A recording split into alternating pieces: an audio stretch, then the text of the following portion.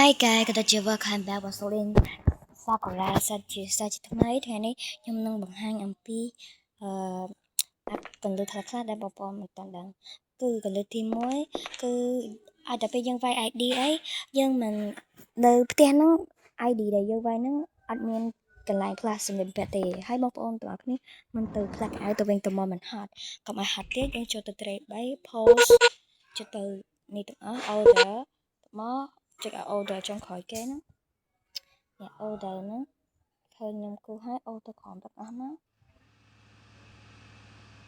មកorder លើវិញអ្នកឃើញពាក្យហ្នឹងមកអ្នកឃើញពាក្យ char អាចจะអានទៅផ្លឹកគ្នាទេប្រហែលយើងអាចផ្លាស់កៅអៅបាននោះយើងអាចផ្លាស់កៅអៅបានកន្លឹះទី2មាន fan ច្រើនសំណពតច្រើនណាស់របៀបយកលុយនៅក្រុមហ៊ុនតែគេនេះខលទៅហាងកាហ្វេនេះចាំមក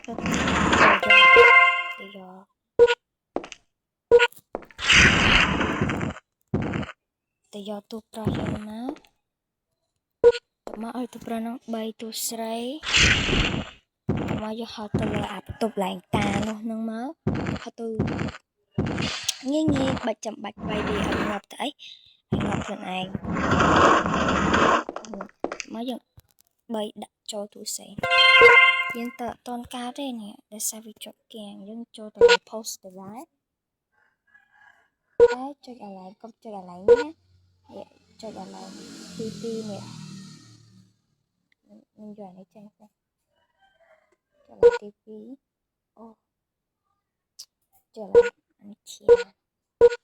để trở lại nắm mốc tỏ lột ở so hai một con cười mắt hay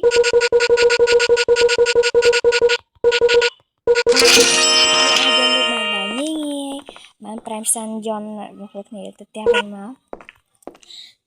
hay cả lưỡi tít bayក្លឺទី3នេះគឺជាក្លឺដែលធ្វើឲ្យរថលឿនតែរថលឿននេះខ្ញុំធ្វើវីដេអូមិនហើយអញ្ចឹងក្លឺទី4ហ្មងទៅក្លឺទី4តាក់ទងនឹងយ៉ាកាសាបងប្អូនគ្នាហត់ទៅយ៉ាកាសាមក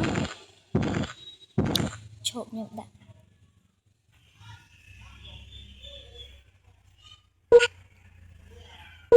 នេះបងប្អូនគ្នាឃើញទេយកទៅឃើញវាដេញហើយចឹងបងប្អូនគ្នាចូលត្រេ3ចូលនេះហើយបិទអា2នេះ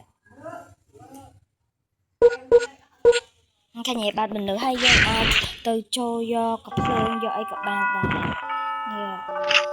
យើងអាចចូលឆែកមើលទាំងអស់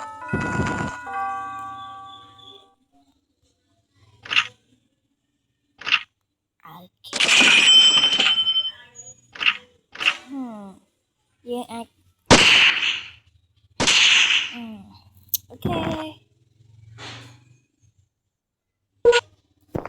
យើងអាចយកបានបាត់ហើយបងប្អូនគ្នាត្រូវចុចត្រេ3ចូលឡើងស៊ីនអីនេះហើយបិទអា2ហ្នឹងកុំបិទទាំងអស់បិទតែអា2ក្រោមនេះបានហើយអញ្ចឹងវីដេអូយើងមានតែប៉ុណ្្នឹងទេបាយបាយកន្លឹះខ្លះៗដែលខ្ញុំជួយប្រាប់ទេ